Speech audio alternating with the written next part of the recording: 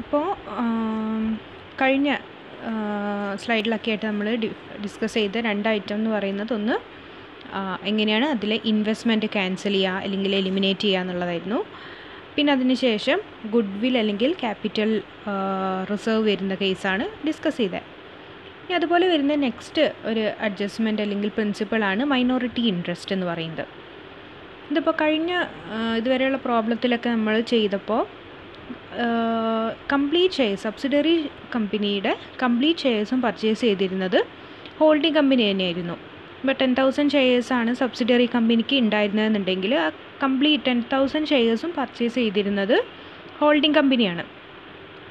ഇത് minority interest വരുന്ന case എന്ന് പറഞ്ഞാൽ 10,000 ഷെയർസാണ് സബ്സിഡറി കമ്പനിക്ക് ഇഷ്യൂ ചെയ്തതെന്നുണ്ടെങ്കിൽ ആ 10,000-ൽ ഒരു പോർഷൻ ഇപ്പോൾ ഒരു 8,000 ഷെയർസ് മാത്രം ഹോൾഡിംഗ് കമ്പനി പർച്ചേസ് ചെയ്യുന്നു. ബാക്കി 2,000 മറ്റ് ഔട്ട്സൈഡേഴ്സോ അല്ലെങ്കിൽ അതർ പാർട്ടീസാണ് ഹോൾഡ് ചെയ്യുന്നതെങ്കിൽ ആ പാർട്ടിനെയാണ് ഈ 2,000 ഹോൾഡ് ചെയ്യുന്ന ആ ഒരു പാർട്ടിനെയാണ് മൈനോറിറ്റി ഇൻട്രസ്റ്റ് എന്ന് പറയുന്നത്. മൈനോറിറ്റി എന്ന് പറഞ്ഞാൽ മെജോറിറ്റി കഴിഞ്ഞിട്ട് ബാക്കിയുള്ള ഭാഗം മറ്റൊരു പേഴ്സൺ, ഇപ്പം അത് ചിലപ്പോൾ ഒരു പേഴ്സൺ ആകാം അല്ലെങ്കിൽ ഒരു ഗ്രൂപ്പ് ഓഫ് പേഴ്സൺ ആയിരിക്കാം ഹോൾഡ് ചെയ്യുന്നത്. അപ്പോൾ മൈനോറിറ്റി ഇൻട്രസ്റ്റ് എന്ന് പറയുന്നത് minority interest is that part of the shares of subsidiary company that are held by outsiders or other people and their interest is known as minority interest. അപ്പോൾ ഇവിടെ holding കമ്പനീനെ കൂടാതെ മറ്റൊരു person അല്ലെങ്കിൽ മറ്റൊരു party കൂടെ subsidiary കമ്പനിക്ക് shares hold ചെയ്യുന്ന ഒരു സിറ്റുവേഷനിലാണ് ഈ ഒരു മൈനോറിറ്റി ഇൻട്രസ്റ്റ് വരുന്നത്. ഇത് അക്കൗണ്ടിങ് സ്റ്റാൻഡേർഡ് 21-ലാണ് ഈ ഒരു മൈനോറിറ്റി ഇൻട്രസ്റ്റ് ഡിസ്കസ് ചെയ്തിട്ടുള്ളത്. അപ്പോൾ ഇവിടെ നോക്കുക, ഇതിൻ്റെ ട്രീറ്റ്മെൻറ്റ് വരുന്നത് എങ്ങനെയാണെന്ന് വെച്ചാൽ നമ്മളുടെ liability consolidated balance sheet prepare ചെയ്യുന്ന സമയത്ത് മൈനോറിറ്റി ഇൻട്രസ്റ്റ് നമ്മൾ കാൽക്കുലേറ്റ് ചെയ്ത് കഴിഞ്ഞാൽ അത് ലയബിലിറ്റി സൈഡിൽ മൈനോറിറ്റി ഇൻട്രസ്റ്റ് എന്നുള്ളൊരു ഹെഡായിട്ട് സെപ്പറേറ്റ് ആയിട്ട് ഷോ ചെയ്യുകയാണ് ചെയ്യുന്നത്. കാരണം ഇതെന്താണ്, ഇത് ഹോൾഡിംഗ് കമ്പനീൻ്റെ പാർട്ടല്ല, നമ്മൾ ഹോൾഡ് ചെയ്യുന്ന സബ്സിഡറി കമ്പനിയുടെ ഒരു പാർട്ട് ഓഫ് ഷെയർസ് മറ്റൊരു ഗ്രൂപ്പ് ഹോൾഡ് ചെയ്യുന്നതാണ്. സോ ഇത് മൈനോറിറ്റി ഇൻട്രസ്റ്റ് എന്നുള്ള ഹെഡിൽ ലയബിലിറ്റി സൈഡിലാണ് നമ്മൾ എഴുതുന്നത് കൺസോളിഡേറ്റഡ് ബാലൻസ് ഷീറ്റ് പ്രിപ്പയർ ചെയ്യുന്ന സമയത്ത്. ഇതിൻ്റെ എങ്ങനെയാണ് നമുക്ക് കാൽക്കുലേറ്റ് ചെയ്യുക എന്നുള്ളതാണ് ഇവിടെ കൊടുത്തിരിക്കുന്നത്. അപ്പോൾ ഇത് കാണാനുള്ള ഒരു മെത്തേഡ് എന്ന് പറയുന്നത് നമ്മളുടെ nominal value of shares held by outsiders. നമുക്കിപ്പോൾ ക്വസ്റ്റ്യനിൽ ഡിസ്കസ് ചെയ്യുമ്പോൾ നോക്കാം. അതിലിപ്പോൾ ഒരു 10,000 ഷെയർസിൽ 8,000 ഷെയർസാണ് ഈ ഒരു നമ്മളുടെ ഹോൾഡിംഗ് കമ്പനി ഹോൾഡ് ചെയ്യുന്നത്. ബാക്കി 2,000 ഔട്ട്സൈഡ് ഷെയർ ഹോൾഡേഴ്സാണ് ഹോൾഡ് ചെയ്യുന്നതെന്ന് വയ്ക്കാം. ഇതിന് 10 rupees ആണെന്നുണ്ടെങ്കിൽ nominal value of shares held by outsiders എന്ന് പറയുന്നത് എന്താകും? 2,000 ഇൻറ്റു 10 20,000 ആയിരിക്കും അവരുടെ വാല്യൂ ഓഫ് ഷെയർസ് എന്ന് പറയുന്നത്. ഔട്ട്സൈഡേഴ്സ് ഹോൾഡ് ചെയ്യുന്ന ഷെയർസ് എന്ന് പറയുന്നത് 2,000 ഇൻറ്റു ഷെയർ വാല്യൂ 10 rupees ആണെന്നുണ്ടെങ്കിൽ 20,000 ആയിരിക്കും അവിടെ നോമിനൽ വാല്യൂ ആയിട്ട് വരുന്നത്.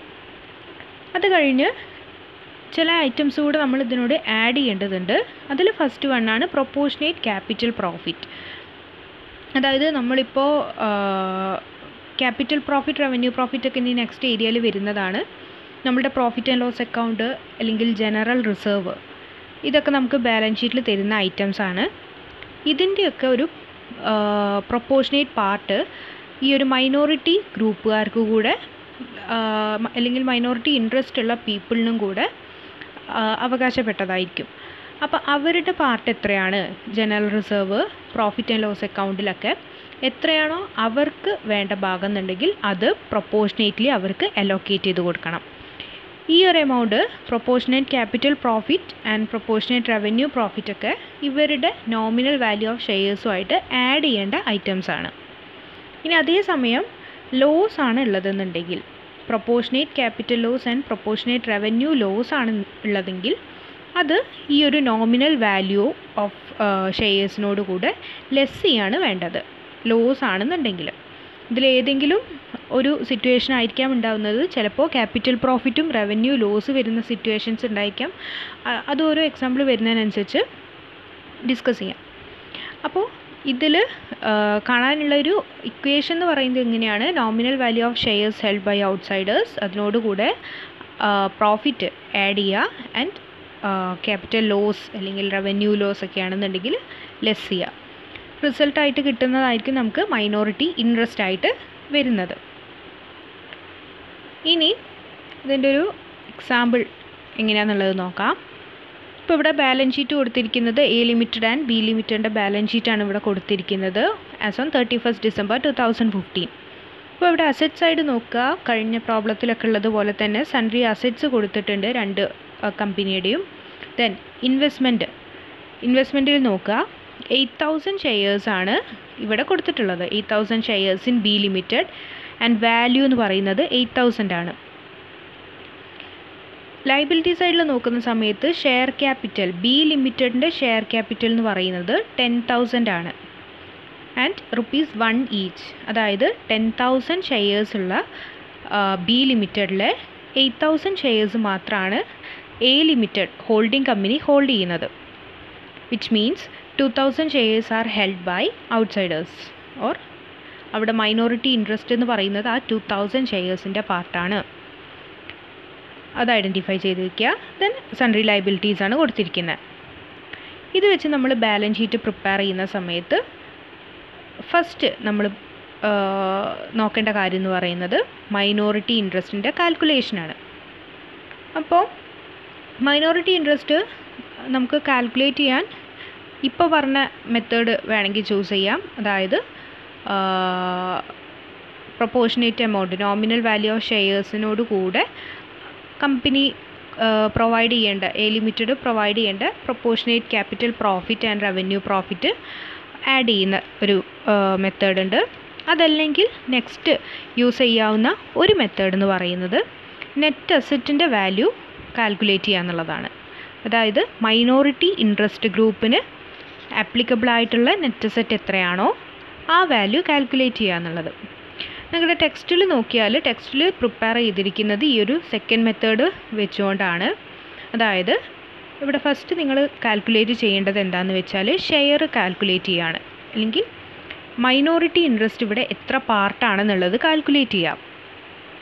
ഇപ്പോൾ നിങ്ങൾക്ക് ക്വസ്റ്റ്യനിൽ നോക്കിയാൽ കാണാം 8,000 ഷെയർസാണ്, ടോട്ടൽ 10,000 ഷെയർസിലെ 8,000 ഷെയർസാണ് എ ലിമിറ്റഡ് ഹോൾഡ് ചെയ്യുന്നത്. സോ ഇവിടെ പ്രൊപ്പോർഷൻ അല്ലെങ്കിൽ ഒരു എത്ര പാർട്ടാണ് എ ലിമിറ്റഡ് ഹോൾഡ് ചെയ്യുന്നതെന്നുള്ളത് നമ്മൾ ഡെസിമലിലേക്കോ അല്ലെങ്കിൽ ഫ്രാക്ഷനോ ആയിട്ട് എഴുതുകയാണെന്നുണ്ടെങ്കിൽ ഇവിടെ 8,000 ഡിവൈഡഡ് ബൈ 10,000 ആണ് വരിക. അതിനെ നമുക്കൊന്ന് സിംപ്ലിഫൈ ചെയ്ത് 4/5 പോർഷൻ എന്നുള്ളത് ആക്കി മാറ്റാം. അപ്പോൾ ഇവിടെ 4/5 പാർട്ടാണ് ഹോൾഡിംഗ് കമ്പനിയുടെ പാർട്ടായിട്ട് വരുന്നത്. അപ്പോൾ ബാക്കി 1/5 പാർട്ടായിരിക്കും മൈനോറിറ്റി ഇൻട്രസ്റ്റ് എന്നുള്ള കാറ്റഗറിയിൽ വരുന്നത്. ഒന്നെങ്കിൽ നിങ്ങളിങ്ങനെ എഴുതുക 8,000 ഡിവൈഡഡ് ബൈ 10,000 സിംപ്ലിഫൈ ചെയ്തുകൊണ്ട് നമ്മൾ 4/5 എന്ന് എഴുതുന്നത്. അതിൻ്റെ ബാക്കി 1/5 മൈനോറിറ്റി ഇൻട്രസ്റ്റ് ആണ്. അതല്ലാന്നുണ്ടെങ്കിൽ മനസ്സിലാക്കുക 10,000 8,000 പോയാൽ ബാക്കി 2,000 ഷെയർസാണ് മൈനോറിറ്റി ഇൻട്രസ്റ്റ് ആയിട്ട് വരുന്നത്. അപ്പോൾ ആ ഒരു 2,000 ഡിവൈഡഡ് ബൈ 10,000 ചെയ്താൽ 1/5 ആണ് കിട്ടുക. ഈ ഒരു 1/5 പാർട്ടാണ് ഇവിടെ മൈനോറിറ്റി ഇൻട്രസ്റ്റിൻ്റെ ഷെയർ ആയിട്ട് വരുന്നത്.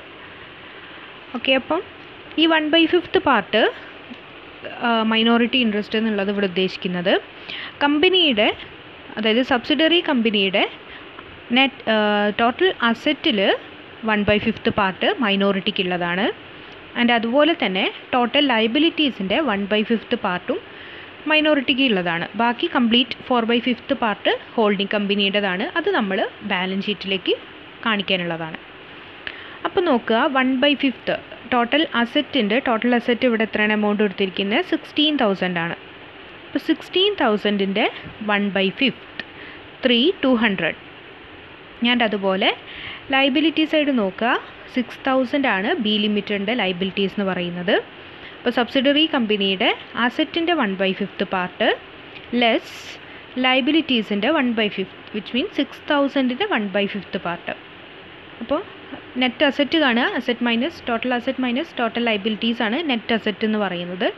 ഈ നെറ്റ് അസറ്റ് എന്നുള്ള വാല്യൂ ആയിരിക്കും മൈനോറിറ്റി ഇൻട്രസ്റ്റിൻ്റെ പാർട്ടിലേക്ക് വരുന്നത്. ഈ ഒരു ക്വസ്റ്റ്യനിൽ ബാക്കി വേറെ ഒന്നും തന്നിട്ടില്ല, പ്രോഫിറ്റ് ആൻഡ് ലോസ് അക്കൗണ്ടോ ജനറൽ റിസർവോ ഒന്നും തന്നിട്ടില്ല.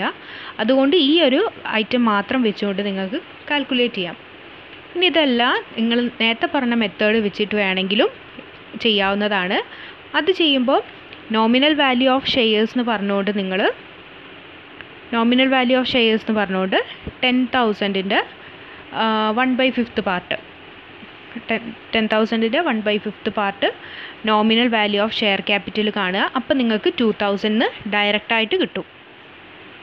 ഇങ്ങനെ വേണമെങ്കിലും രണ്ട് മെത്തേഡ് യൂസ് ചെയ്തുകൊണ്ട് നിങ്ങൾക്ക് ഈ ഒരു മൈനോറിറ്റി ഇൻട്രസ്റ്റ് കാൽക്കുലേറ്റ് ചെയ്യാം. രണ്ട് മെത്തേഡ് യൂസ് ചെയ്താലും സെയിം വാല്യൂ ആയിരിക്കും കിട്ടുന്നുണ്ടാവുക.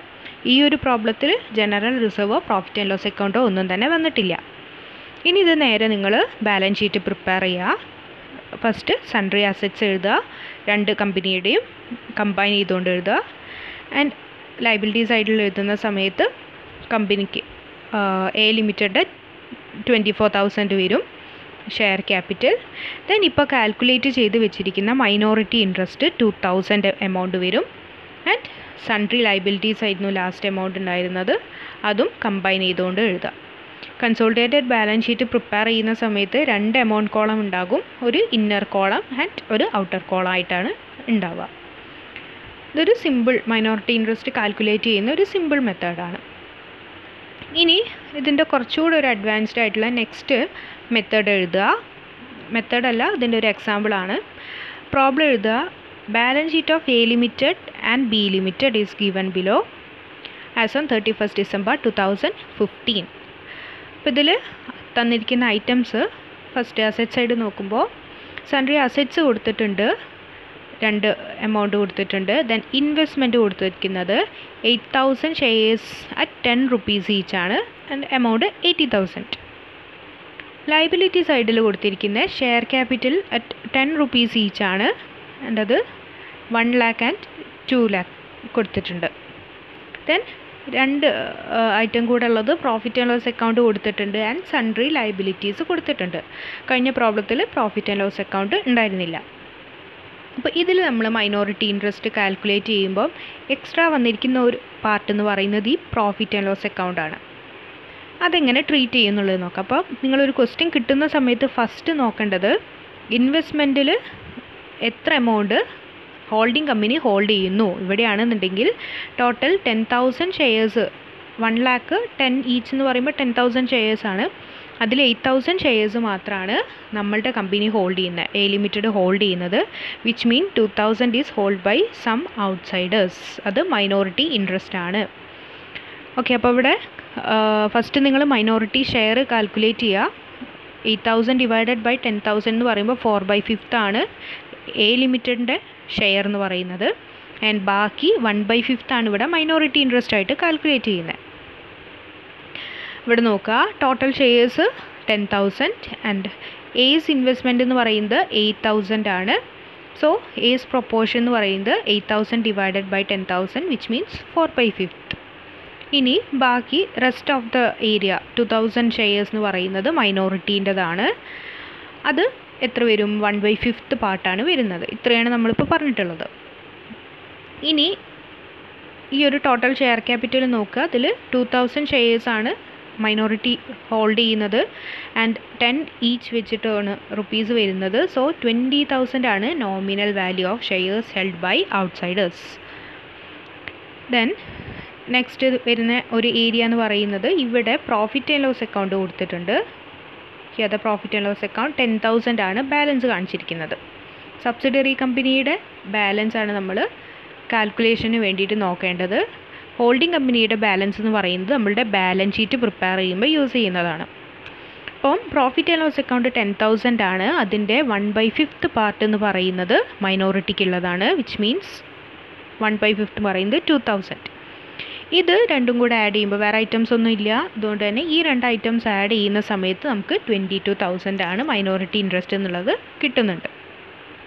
ഇനി അതല്ല, നേരത്തെ പറഞ്ഞതുപോലെ സെക്കൻഡ് മെത്തേഡ് യൂസ് ചെയ്യുകയാണെന്നുണ്ടെങ്കിൽ ടോട്ടൽ അസറ്റ്സിൻ്റെ 1/5 പാർട്ട്, അതായത് 1,20,000 1/5 പാർട്ടിൽ നിന്ന് ടോട്ടൽ ലയബിലിറ്റീസിൻ്റെ 1/5 പാർട്ട് മൈനോറിറ്റിക്കുള്ള പാർട്ട് ലെസ് ചെയ്ത് കഴിഞ്ഞാലും നെറ്റ് അസറ്റായിട്ട് കിട്ടുന്ന എമൗണ്ട് നമ്മളുടെ മൈനോറിറ്റി ഇൻട്രസ്റ്റ് ആയിരിക്കും. ഇത് രണ്ട് മെത്തേഡിൽ ഏതെങ്കിലും ഒന്ന് ചൂസ് ചെയ്യാം.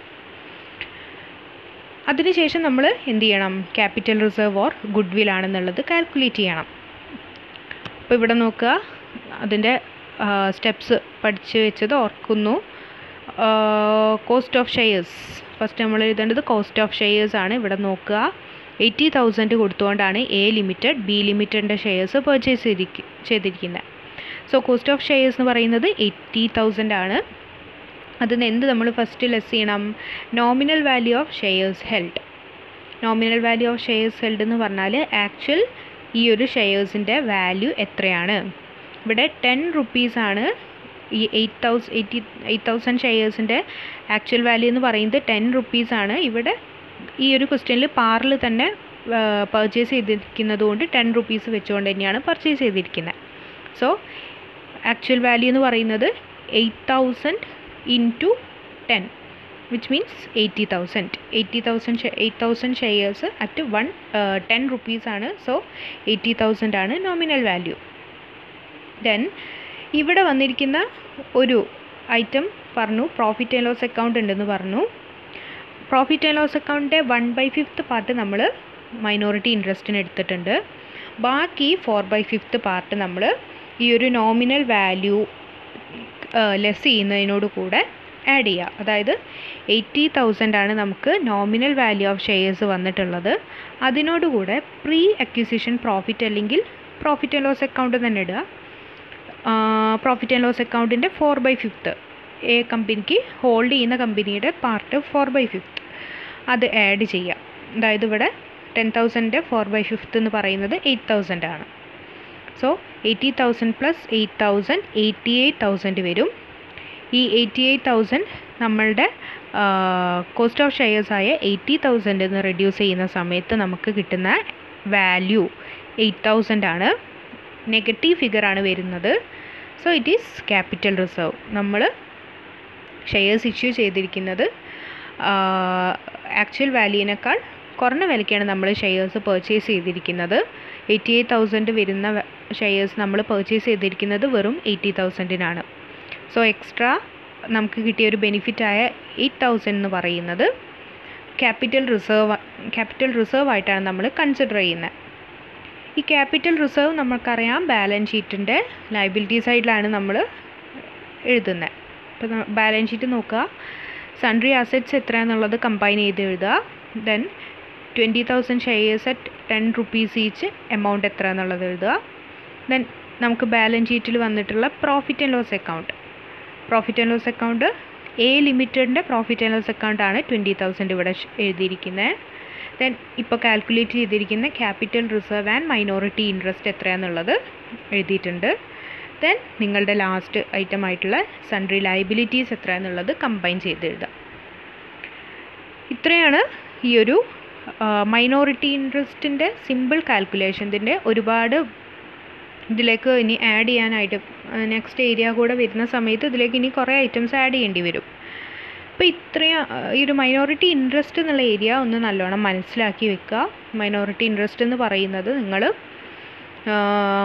ഔട്ട്സൈഡേഴ്സിന് വരുന്ന പാർട്ടാണ് നമ്മളുടെ ഹോൾഡിംഗ് കമ്പനി ഹോൾഡ് ചെയ്യുന്നത്. കൂടാതെ മൈനോറിറ്റി ഗ്രൂപ്പ് അല്ലെങ്കിൽ മൈനോറിറ്റി പാർട്ട് ഹോൾഡ് ചെയ്യുന്ന ഏരിയ ഷെയർസിനെയാണ് മൈനോറിറ്റി ഇൻട്രസ്റ്റ് എന്നുള്ളതുകൊണ്ട് ഇവിടെ മീൻ ചെയ്തിരിക്കുന്നത്.